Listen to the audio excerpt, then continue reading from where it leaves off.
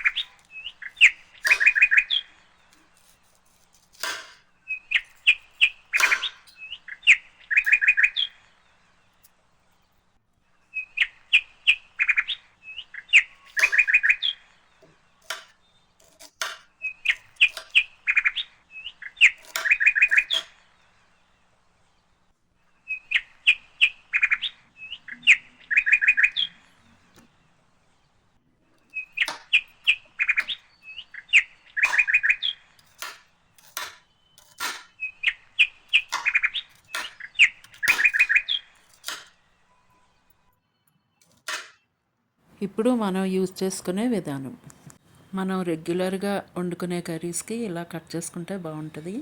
పులుసు కర్రీల కోసం ఇలాగా, పచ్చి పులుసు అలాంటి వాటి కోసం ఇట్లాగా హాఫ్ మూన్ లాగా కట్ చేసుకుంటే బాగుంటుంది. బిర్యానీకి ఇలా స్లైసెస్ లాగా పక్కన ప్లేట్లో ఉంచుకుంటే నంచుకోవడానికి బాగుంటుంది. మనం ఇలా కట్ చేసుకుంటే కర్రీస్లో పేస్ట్ కావాలనుకుంటే మిక్సీ చేసుకోవడానికి ఈజీగా ఉంటుంది. సలాడ్స్ అవి తినేటప్పుడు ఇలాగ రింగ్స్లా కట్ చేసుకుంటే బాగుంటుంది. ఇంకా గార్నిష్ కూడా పకోడీకి అయితే ఇలాగా, ఫైనల్గా సాంబార్ కోసం అయితే ఇలా ఫుల్గా అనమాట.